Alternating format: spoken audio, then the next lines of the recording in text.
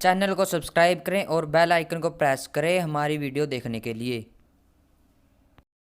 ने और सनातनियों की खामोशी ने, और हमने उनको काउंटर और चैलेंज नहीं किया। इसलिए आज इस सब के बावजूद भी कि देश में एक ताकतवर सरकार है, डिसाइसिव सरकार है, कानून अपना काम कर रहा है, आप उनकी कोशिश देखिए कि वो आज भी इसी कोशिश में लगे हैं कि हम इस बीमारी का इस्तेमाल कैसे इस राष्ट्र के खिलाफ करें।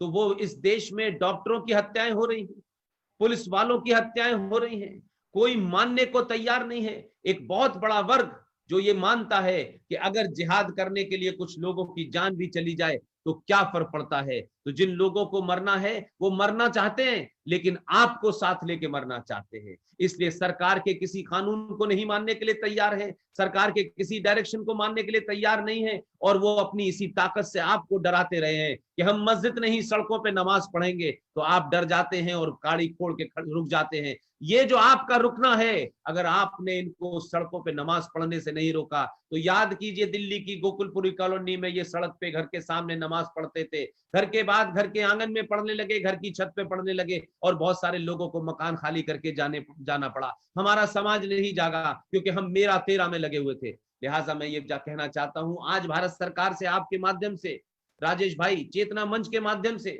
कि भारत के संविधान में एक आर्टिकल है, उस आर्टिकल के तहत राइट टू रिलीजन का अधिकार है।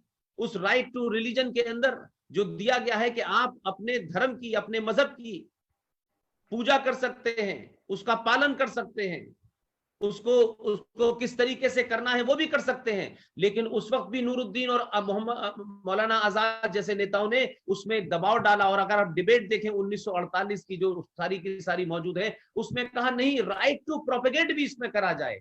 तो आज राइट टू प्रोपेगेट भी है। मैं मानता हूं कि वो जिस तरीके से संविधान में बहस के बाद आया है, और तमाम वो मुसलमान लीडर जिनका एक बेटा अमेरिका पाकिस्तान चला गया, दूसरे लारी साहब यहाँ मौजूद रहे, तो आप उन घटनाओं को देखें तो आज आपको लगेगा कि ये जो राइट टू रिलीजन है, इसके जो सब क्लॉज हैं, उसमें कुछ बातें बड़े साफ तौर पे कही गई हैं। उसमें कहा गया है कि आपको अपने धर्म को मानने और उसे उसकी आस्था में रखने का पूरा अधिकार है।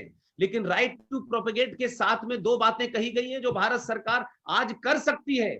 ये इतना फिट केस है आज के संदर्भ में कि आप इस घटना को बेस मानिए और इसके बाद इस पे कार्रवाई कीजिए। उसमें लिखा हुआ है कि ये जितने भी, ये जो राइट टू रिलीजन है, इसके अंदर लिखा गया है कि आप अपने राइट की प्रैक्टिस, रिलीजन की प्रैक्टिस कर सकते हैं, उसे प्रोफेस कर सकते हैं, और राइट टू प्रोपेगेट है, आप उसका प्रचार भी कर सकते हैं। लेकिन उसके नीचे जो क्लॉज है उस पे जाइए, उसमें लिखा है all rights are not absolute. लिखा हुआ है these the right to propagate, right to practice, right to profess is subject to the public order and morality. अगर तबलीगी जमात ये सहारा ले रही है कि हम धर्म का और मजहब का प्रचार कर रहे हैं, तो भारत सरकार को यह पूछना चाहिए कि उसी संविधान में लिखा गया है पब्लिक ऑर्डर। तो आज पब्लिक ऑर्डर क्या हो रहा है? ये जो पुलिस है ये पब्लिक ऑर्डर का काम करती है, पब्लिक ऑर्डर को मेंटेन करने का काम करती है। तो आप अपने मजहब के प्रचार की आड़ में तबलीगी जमात ने पूरे देश में जो खेल खेला है, आज पुलिस के ऊपर जो हत्याएं हो रही हैं, जो गोली चल रही है, जो मारा पीटा जा रहा है, ये पब्लिक ऑर्डर में आता है। और मॉरलिटी की बात अगर आप करते हैं तो उसमें मॉरलिटी में ये आता है कि जो डॉक्टर है जिसने शपथ ली है कि वो मरीज किसी मजहब का हो, किसी धर्म का हो, किसी जाति का हो, किसी देश का हो, वो मरीज जब उसके सामने आएगा तो वो इसका इलाज करेगा। तो इसमें पब्लिक ऑर्डर के बारे में बता चुका हूं मैं कि पूरे मुजफ्फरनगर, मेरठ में क्या हो रहा है, आपने मुरादाबाद में कल देखा क्या हो रहा है। क्या मॉरलिटी के अंदर ये नहीं आएगा कि जो डॉक्टर आपकी रक्षा कर रहे हैं, जो नर्स आपको दवा दे रही है, आप उसके सामने नंगे खड़े हो रहे हैं, आप उसके सामने अश्लील हरकतें कर रहे हैं, आप उस पर कमेंट कर रहे हैं अश्लील। इन दोनों चीजों को बुनियाद देश की सरकार बनाए, और भारत के संविधान में से ये जो राइट टू प्रोपेगेट है, आप अपने मजहब को प्रोपेगेट करते हैं, प्रचार करते हैं, और ये प्रचार कौन से मजहब को करते हैं? ये वहाबियत को करते हैं, ये ईरान वाले को करते हैं, ये सऊदी अरब वाले को करते हैं, इसके ऊपर विचार होना चाहिए और ये सब क्लॉज समाप्त होना चाहिए कि जो मजहब अपने प्रचार में पब्लिक डिसऑर्डर क्रिएट करता है, इमोरल हरकत करता है, उस पर रोक लगनी चाहिए। और तबलीगी जमात के लोग जो पकड़े जा रहे हैं, जिनके ऊपर कई सारी कार्रवाइयां हो रही हैं, ये महत्वपूर्ण नहीं है, ये मौका है कि भारत के संविधान में इस क्लॉज को खत्म किया जाए और पुलिस को, डॉक्टरों को प्रोटेक्शन देने के लिए आर्मी को बुलाया जाए। और सन 1965 और सन 1971 की तरीके में जिस तरीके से तमाम नागरिक अधिकारों को सस्पेंड कर दिया जाता है, ये लॉकडाउन नहीं होगा, नागरिक अधिकारों को सस्पेंड किया जाए और सड़कों पे बोला जाए कि देखते ही गोली मारने का आदेश दे दिया जाए।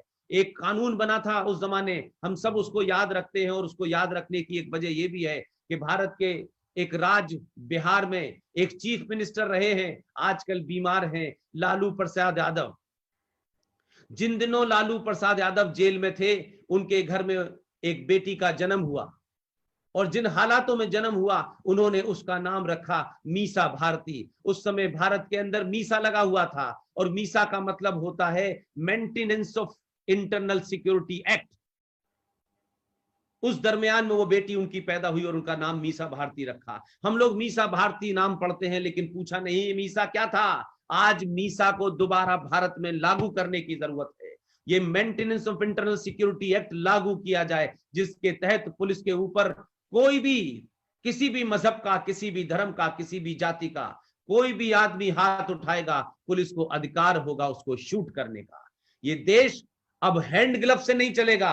ये जो किड ग्लव्स है कि हम नहीं नहीं नहीं देखिए सबको देखना है, इससे चलने वाला नहीं है। 70 सालों में आपने इस देश को चलाया है, इसलिए आज आप संकट के ऐसे माहौल पे खड़े हो गए हैं कि ना पाकिस्तान को दोष दे सकते हैं, ना बांग्लादेश को दोष दे सकते हैं, ना इस्लामिक वर्ल्ड को दोष दे सकते हैं। वो जो कुछ कर रहे हैं वो कर रहे हैं। दुश्मन आपके पास है, आपके आधार कार्ड है उसके पास, आपका नागरिक है, वो आपके देश की सब्सिडी लेता है, आपके देश के रिसोर्सेज का इस्तेमाल करता है, आपकी नदियों का पानी पीता है, लेकिन इसी देश की नदियों में वो जहर मिलाना चाहता है जो कुंभ में करने की कोशिश की थी। मेरा आप सबसे निवेदन है कि राजेश भाई इस मुहिम को जारी रखें। मेरे अलावा भी बहुत सारे लोग हैं देश भर में जो समय समय पे इन घटनाओं के बारे में देश को जागृत कर रहे हैं। न उनका कोई राजनीतिक दल है, न उनकी कोई विचारधारा है, न वो किसी से संबंधित है। अगर उनके मूल में कोई एक चीज है, अगर वो सिर्फ सुबह से लेकर शाम तक दुनिया भर में ये बात चिल्ला चिल्ला के कह रहे हैं, तो उनके मूल में सिर्फ राष्ट्र है। और राष्ट्र बचेगा तो हमारी संस्कृति भी बचेगी, हमारा धर्म भी बचेगा। और अगर राष्ट्र नहीं बचा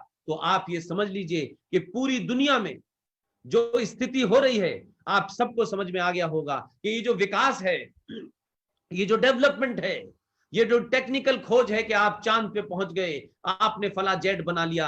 आज बड़े बड़े जेट बनाने वाले देश, बड़ी बड़ी दुनिया में बातें करने वाले देश जो हैं, नतमस्तक हो गए हैं प्रकृति के इस दौर में। और सिर्फ एकमात्र देश भारत है जो अपनी परंपराओं, अपने साधनों से, अपनी मान्यताओं से, अपने पुरुषार्थ से इस लड़ाई को लड़ रहा है। 130 करोड़ की आबादी का देश, जहां गरीबी है, जहां भुखमरी है, जहां बहुत सारी चीजें नहीं है, हजारों लाखों लोग भूख से प्यासे हैं, उसके बावजूद भी सड़कों पे निकल के देखिए, जो लोग सड़क पे गरीब लोग चल रहे हैं, वो ये कहते हैं हम भूखे हैं, हमें तकलीफ है, लेकिन फिर भी देश की सत्ता सही काम कर रही है। ये बोध हो गया है। लिहाजा हम ये मानते हैं कि हम एक बार मजबूती से जो आपने 1914 में नहीं किया, जो आपने 1914 में नहीं किया, जो आपने 2020 में नहीं किया, आपको सिर्फ एक ही काम करना है।